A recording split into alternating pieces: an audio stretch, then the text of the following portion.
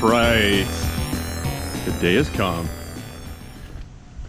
It is a little wet, but the outlook is super positive for the weather. We're on our way to Galat Motorsports Park in Dunn, North Carolina to finally commence drag week testing.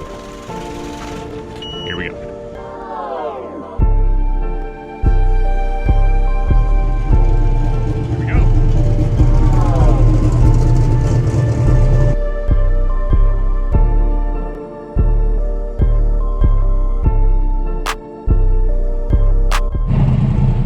So the day that I've been waiting for, super anxious about, but now super anticipating. I'm excited finally. This car is showing me some love. And in the haste to get here, I completely neglected to grab my laptop. But my internet homie, Mr. RJ Moore, who we're going over to see right now, brought his laptop. And thankfully, speaking of the devil, you about to be famous, son, where you going? Mr. RJ Moore was so kind as to let me borrow his laptop. Unfortunately now, I'm gonna have to confiscate it because this thing's like the Oval Office is full of trade secrets here. RJ, say hello to the people. What up? And yes, I have on Crocs. Kevin Vanderhoof. I was gonna wear mine, but I don't wear my Crocs outside of the house.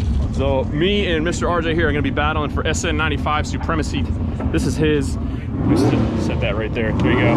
Make sure you put those on there or else. Look at this. This fool's got AC with a fender exit. How much fender exit? How much damn bumper exit? How much damn sense does that make? I'm not gonna lie, I am jealous that you have AC and I don't. You get the under titty sweat going on, you want it. After drag week last year, man, I was dying in that car. What is with these gnats? You got a black one in your mouth? Answer it. Nope.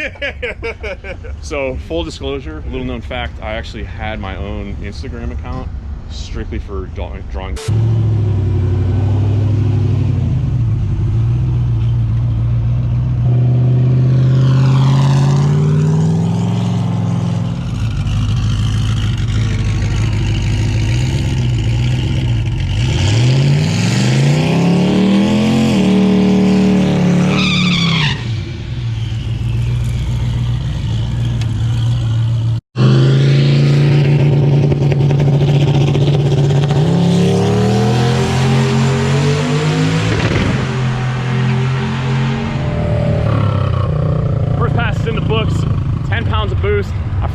Shift this thing myself, so I tagged the limiter a little bit there at 7,200, but it was pulling super clean all the way to the limiter. So this go around, we raised the launch up a little bit. We're gonna try and hit the tire a little bit harder. It's like a 1.5 60 foot. This thing should go way better than that. Only 10 pounds of boost in a 650, and it still has oil pressure, but this thing went down the track like it's tied to a string. So we can jump back in here and make a hit and see if we can improve on this a little bit. Here we go.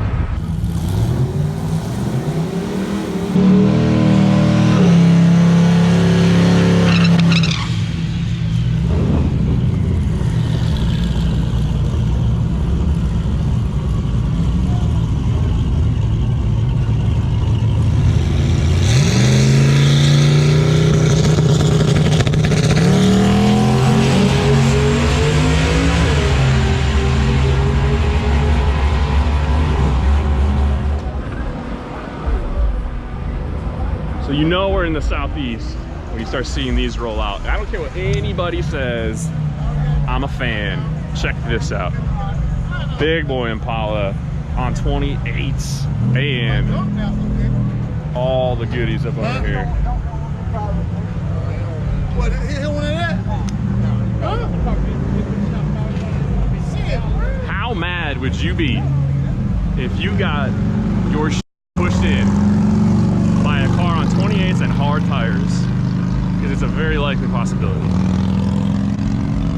And one day I'm gonna get my wife to let me make one. Make one? Build one.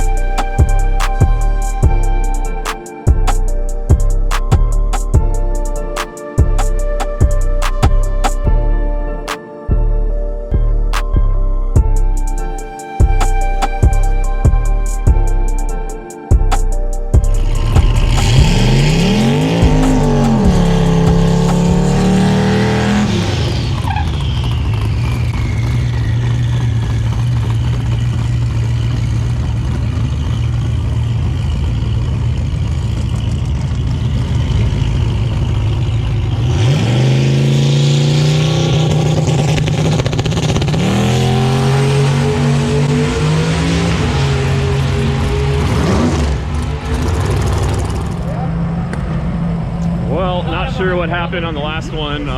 Went 612 at 113, so it was picking up, it's responding. 137 to the 60 foot, so that is responding. That's getting down to where we need it. It looks like this converter might be a little bit too tight, or this 325 gear is a little bit too tall, or combination of the two. I'm not really sure where, but we got some work to do. It definitely blew a transcooler line, so we're gonna get the transmission pulled out of it, get that fixed, and then try this again. But that's all for now. I'm gonna pick this video up tomorrow when I get the transmission out of this, and we'll investigate and figure out why. This is you getting in the video. I had to make sure. I was waiting for this to go on. Clapped out John Doc collaboration here together. He thought he wasn't going to make it into the video. Look at this. Shameless plug to Turbo John. Turbo John? His Instagram. Like, comment, subscribe on Turbo John. Yeah, his YouTube channel is actually better than mine. Turbo John. No underscore, yeah, no. You can't tell why Look at that hamburger meat coming out on this dude right here. This is why it's Turbo John. Right there. So. Little guy. What's your company's name? LS Nasty. But the two most recent cars that you have acquired have what? So one has a Hemi in it, and this one's got a Ford motor. Okay, that's what I thought. All right, guys, that's it for this one. I'm signing out. We're gonna go home and fix this piece of junk, and we're gonna get this car ready for Drag Week 2019. Shout out to these individuals right here, everybody. All the links are gonna be in the description below. Probably not, it's not them, it's just who I am as a person, but my ride is awaiting over there.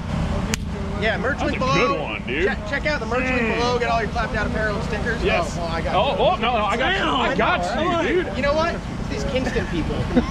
Kingston. And we're out. Okay. Next day, out here in the garage, investigating what happened last night with the transmission. Let's recap.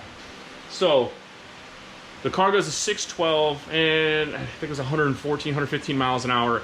Not crazy fast, and on a natural instinct, after I pull third gear, I always put my hand up on the parachute in case stuff goes crazy. You can throw the chute, and in theory, it'll snatch the car back straight. Try to, at least. And go through the traps, and it's not even close to fast enough to even need me to throw the chute. These big old beefy bear brakes will haul this big girl down from 160 mile an hour pulls in the quarter. So, but something said, hey, throw the chute. I haven't done it all this year. Let's air the laundry out a little bit, get the wrinkles out. So I throw it out. I get out of the car's sitting there idling. Gather up the parachute, and as I'm walking back in the parachute and turn around and look, I see a stream of oil on the ground. I'm like, man, I hope that's not from my car. And I look underneath, sure enough, it was. It's transmission fluid. So I immediately notify the track crew, hey, stop the car, somebody needs to go check the track, make sure I didn't oil this whole thing down. They didn't find hardly any fluid on the track. Most of it was under the car. Now, it wasn't a huge, massive, like, raging leak. I have a blanket on here, so it's kind of tough to see where it was coming from, plus it was dark out. So, as you can see at the bottom of the car, it looks like it's pretty much been armor-alled everywhere. It's not a lot. It looks like maybe a quart or two was lost. It's now shown up on the dipstick tube, and I'm not sure how much this actually caught, but like, look at this, my fingers, they're not getting all greasy. This thing should be dripping with oil, and it's not. So, what's the deal? Well, this is what I theorize happened. Full disclosure, I cheaped out.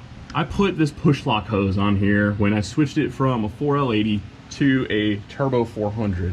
Now, everywhere you read will say that it is good for the fluid, it is good for the temperature, and it's good for the rated pressures that a transcooler usually runs at, but I'm kind of starting to think that that's not the case, because look at this. Just with my fingers alone, I can turn the line on the push to connect fitting, and this is now loose. It wasn't loose when I put these together.